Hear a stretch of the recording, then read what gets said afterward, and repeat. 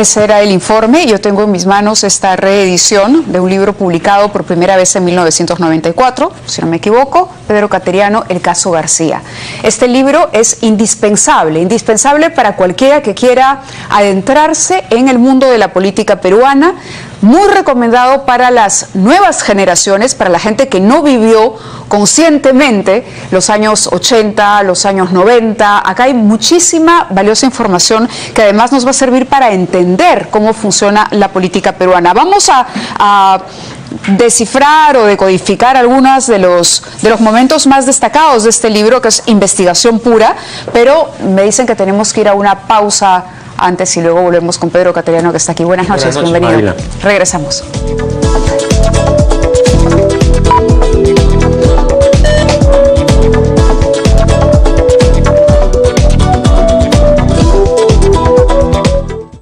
Muy bien, y comentábamos al inicio del programa que el presidente Pedro Pablo Kuczynski volvió a referirse al tema del indulto a Alberto Fujimori. Claro, no lo dijo con esas palabras, no utilizó la palabra indulto, él prefirió optar por perdón médico. Existe entonces la posibilidad de que un grupo de médicos examine al presidente Fujimori, al expresidente, que considere o que diga al final que él requiere ir a descansar a su casa porque la prisión podría, digamos, empeorar condiciones que ya son sumamente graves en su salud. Eso es lo que nos han dicho. Antes de fin de año conoceremos los resultados de ese informe médico y, por supuesto, el tema ha levantado nuevamente polémica.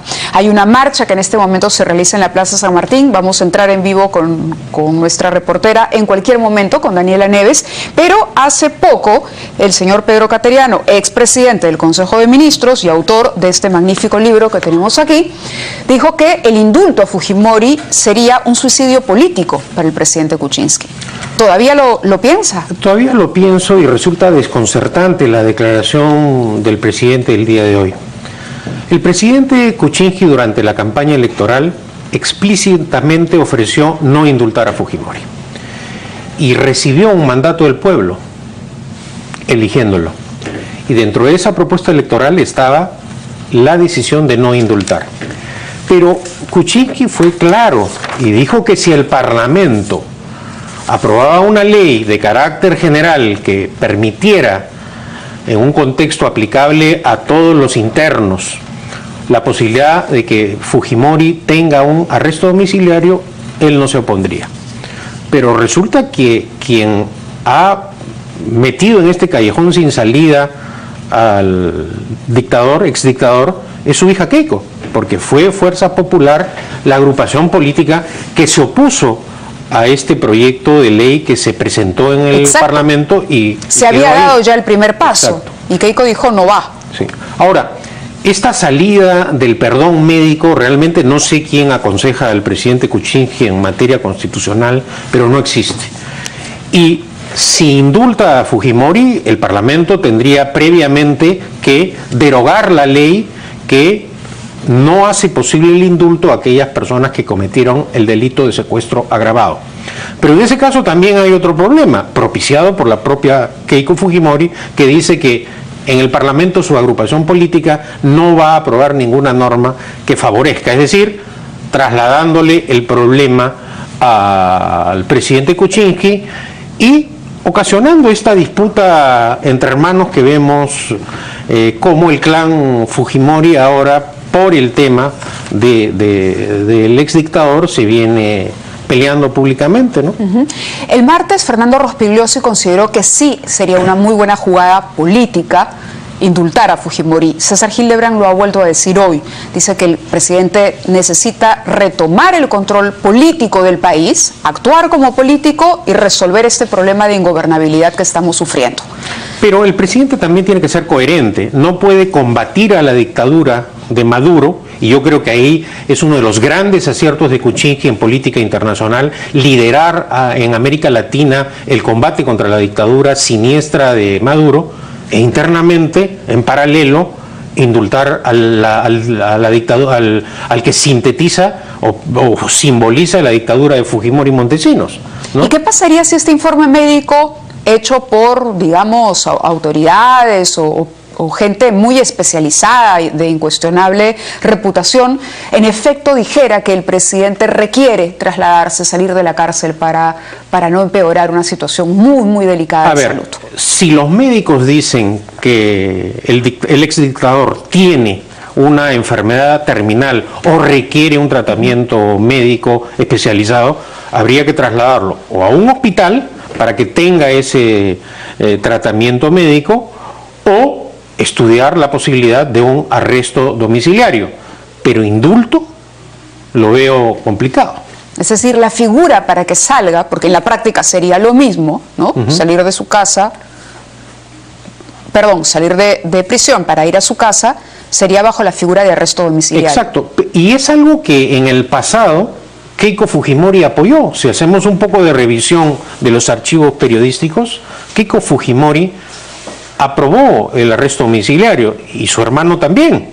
Entonces llama la atención por qué este cambio tan radical, y es ahí cuando se empieza a especular que todo esto tiene una motivación política por ya la declarada ambición presidencial que tiene Keiko Fujimori y el nonato candidato presidencial, su hermano. Que está claro, más del lado de su padre. Vayamos ahora al libro. Es una reedición, sin duda. ¿Confiaba o creía en que se iba a reeditar el libro? ¿Le gustó la idea cuando se la propusieron? La verdad que me pareció interesante la propuesta de Planeta, que inaugura una sección Memoria Perú, pero nunca pensé que iba a tener el éxito que viene obteniendo la reedición, no solo en ventas, sino ayer la presentación también ha sido todo un éxito. Así que yo creo que este libro ayuda a comprender la política en el Perú en términos generales desde la década del 80 hasta el 90, y además conocer cabalmente a una persona que ha ejercido la más alta magistratura del país en 2 oportunidades, Alan Gabriel Ludwig García Pérez. Hay muchos de ustedes que seguramente jóvenes nos están viendo que no tienen mucha idea cuando se dice Alan García se salva siempre porque no hay pruebas, ¿no? Esa es, digamos, Lima, que es una ciudad en la que se habla mucho y se comenta, se dice esto. Vino el caso Odebrecht, nos sorprendió a todos por la cantidad de presidentes que había involucrados. Estamos hablando de todos después de Fujimori mencionados en las agendas del señor Marcelo Odebrecht, y de repente dicen sí, pero no le va a pasar nada a Alan, no le va a pasar nada. Y por supuesto los que ya tenemos algunos años nos acordamos de lo que ocurrió en los primeros años de la década del 90, cuando se presenta esta denuncia o se inicia esta investigación por enriquecimiento ilícito que termina con una conclusión bastante dura por parte del Congreso de la República, que tenía en ese entonces una Cámara de Diputados. La Cámara de Diputados tiene su comisión, trabaja el informe, esto va al Senado, el Senado va al Poder Judicial, al Ministerio Público, Ministerio Público primero, y luego va al Poder Judicial. Exacto. Y simplemente no pasó nada. Ya habíamos llegado hasta el Poder Judicial, se había empujado el carro hasta ahí y no pasó. No pasó, ¿por qué? Si nos puede recordar a todos. Bueno, no pasó, entre otras razones, porque en ese entonces la Fiscalía de la Nación y el vocal que nombró el propio Alan García, que había sido su profesor en el colegio, bueno, ya falleció este ex vocal de la Corte Suprema, Salas Gamboa, decidió que la cosa debía quedar ahí. Pero si uno revisa lo que ha acontecido posteriormente, el tiempo le ha dado la razón en todo a este libro, que los apristas decían que estaba lleno de falsedades. El proyecto del tren eléctrico, por ejemplo, surge de un soborno. Sergio Siragusa, ante un fiscal italiano, Vittorio Parayo, cuenta cómo García le pidió ese soborno, cómo hizo el depósito en el Barclays Bank de Gran Caimán, en donde resultó que la cuenta era de Alfredo Zanatti, de una empresa de Alfredo Zanatti, que fue un empresario beneficiado por el dólar move de Alan García. Y posteriormente, cuando se reabren las investigaciones, la fiscal Nelly Calderón confirma lo acontecido y el vocal supremo Hugo Sibina también. Sí. Si nosotros hacemos un cambio y retiramos el nombre de Zanatti y ponemos Maiman, y retiramos García y ponemos Toledo, es prácticamente lo mismo. Se usa un testaferro, una cuenta de un tercero en un banco, pero acá lo curioso es por qué los apristas del Castillo, Mulder, hasta Luciana León dicen Toledo es un delincuente. Y acá tienen la habilidad de decir, no pasó nada, la cuenta no estaba a nombre de García, la cuenta tampoco está ahora a nombre de Toledo. Así es. ¿No? Pero hay unas evidencias que llevan, ¿no es cierto?, a lo mismo. Sobre ese episodio, el que nos acaba de contar, hay un momento que me gustaría leer del libro. Dice: durante el curso del trayecto, sin preverlo, el doctor García Pérez, sin mayores preámbulos, me hizo entender que además del aspecto social del proyecto, existía un problema de contribuciones. Esto es en las conversaciones con Siragusa, ¿correcto? Por lo del tren eléctrico, ¿no? Y dice, existía un problema de contribuciones entre comillas, entiendan ustedes, sobornos, ¿no? Y dice, debido quizá a falta de coordinación, me invitó, por tanto, a informar a quien debía resolver el asunto pendiente, reservándose a su regreso a Lima el proporcionarme los detalles necesarios. Asimismo, en previsión de que la materialización de las remesas solicitadas, vaya vocabulario que se empleaba, ¿no?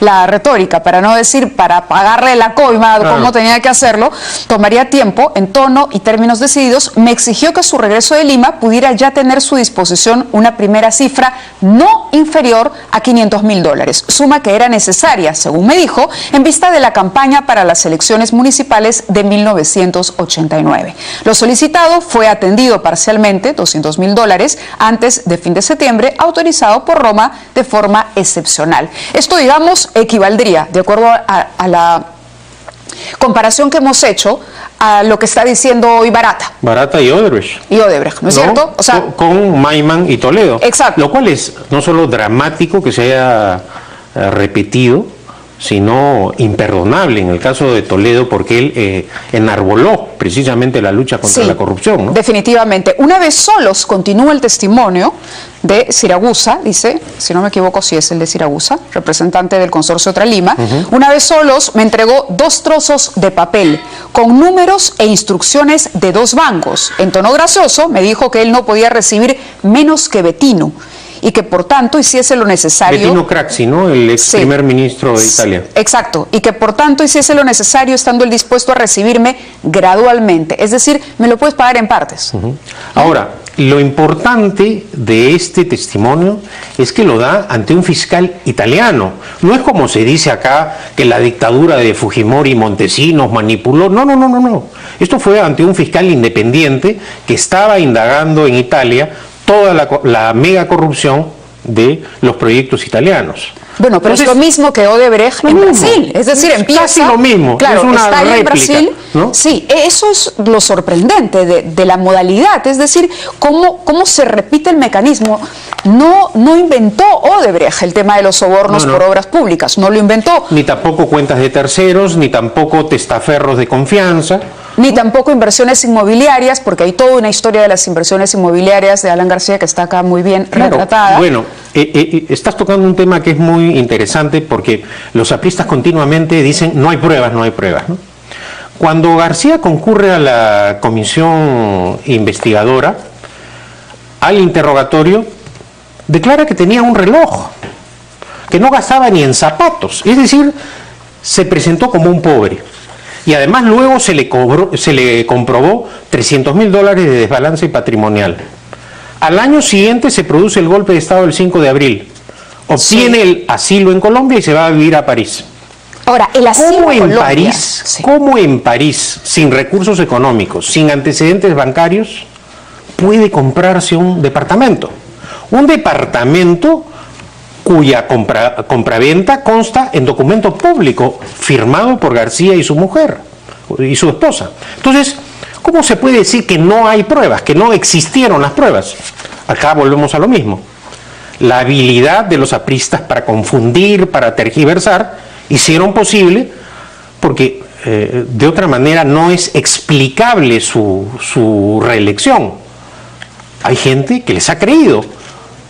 Y hoy día, felizmente, existe la posibilidad de que las cosas se aclaren, a diferencia del pasado, porque ya la prescripción por enriquecimiento ilícito ya no es de 5 años, como ocurrió en ese entonces, y por eso prescribieron tan fácilmente las acusaciones Para contra dejar las García cosas Pérez. claras, Alan García no fue declarado culpable, pero tampoco inocente. Así es, porque ¿qué es lo que acontece?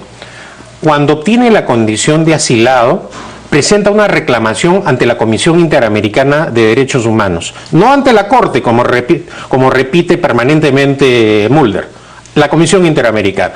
Entonces, la Comisión Interamericana considera que la ley de contumacia que se le aplicó a García, porque fue declarado reo contumaz por el Poder Judicial, no debía ser aplicada en ese caso, y envía la recomendación al gobierno de transición presidido por Valentín Paniagua. Paniagua lo que hace es correr traslado de esa recomendación de la Comisión Interamericana al Poder Judicial, y el Poder Judicial no absolvió a García, declaró prescritos sus delitos, y ahí acabó el proceso. Y ese es el final de la historia, que no queremos, evidentemente, que se repita con todas las autoridades que están hoy siendo investigadas y eventualmente procesadas por eso. Una última pregunta, sí, y ya, porque tengo que despedirlo, lamentablemente. ¿Qué siente cuando la gente pide que hablen los garantes del gobierno de Ollanta Humala, ¿no? Y le enrostran a Vargas Llosa, o le enrostran a usted mismo el haber sido parte de este gobierno, que también está nuevamente en las agendas de Odebrecht, y con este aporte de los 3 millones que ha puesto contra las cuerdas a la pareja presidencial? Es lamentable lo acontecido, yo lo he dicho en más de una oportunidad, tiene que investigarse hasta las últimas consecuencias. En esa campaña, evidentemente, la opción de Humala frente a Keiko Fujimori representaba una opción que iba a evitar el triunfo de la hija del dictador, con todo lo que la dictadura trae de por sí, porque hasta ahora no hay propósito de enmienda, no hay fin para justificar lo acontecido de parte del fujimorismo. Entonces, en ese momento que Humala adopta la hoja de ruta, era lo más conveniente para el país. Se le puede cuestionar al expresidente Humala muchas cosas, y en este caso también el supuesto financiamiento ilegal, pero fue un gobierno democrático, sometido a la Constitución y a la ley. Están siendo investigados él y su señora durante años, y se les está aplicando la ley. Y bueno, eso es lo que ocurre cuando uno se aparta de la Constitución y la ley. Y eso es lo que tiene que prevalecer en un Estado de Derecho, algo que no ocurre en las dictaduras, y que por supuesto no aconteció en la dictadura de Fujimori y Montesinos. Muchísimas gracias por haber estado con nosotros, Pedro. Enhorabuena por la reedición del libro, y ya lo saben, cómprenlo, léanlo, se van a divertir también, pero van a aprender muchísimo de la historia de nuestro país y entender mucho cómo funciona la política. Gracias nuevamente. Gracias, María. Buenas noches. Buenas noches.